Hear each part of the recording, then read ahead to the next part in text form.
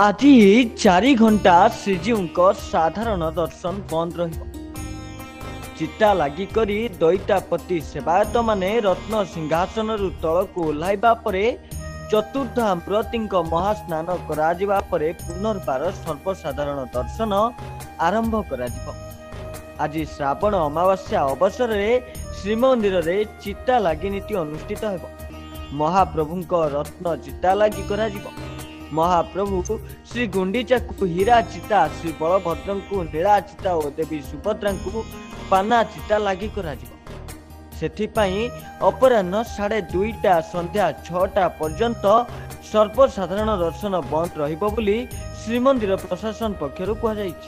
प्रथम भोग मंडप शेष होगा परे रत्न सिंहासन श्रीदेवी और भूदेवी खट सेज घर को विजय करबा परे श्रीजीव को झोपा मैलम करा और जय विजय द्वारा बंद करा पति महापात्र सेवक संस्कार करबा परे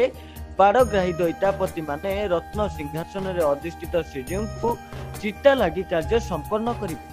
स्नान पूर्णिमा दिन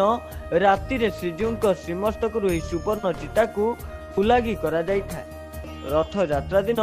महाप्रभु को शूल चिता लगी करा जाय था।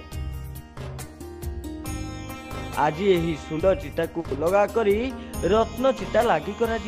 चिता लगी नीति सरिबा परे ठाकुरंको महास्नान करा तेबे एहा एक गुप्त नीति होइतिबारु अपराह्न 2टारु संध्या 6टा पर्यंत सर्वसाधारण दर्शन बंद रहिबो बोली श्रीमंदिर प्रशासन पक्षरु कह चिट्टा लगी करी दैतापति सेवायत माने रत्न सिंहासन तल को ओह्लाइबा परे चतुर्धामृति को महास्नान कराई पुनर्बार सर्वसाधारण दर्शन आरंभ कराइबे।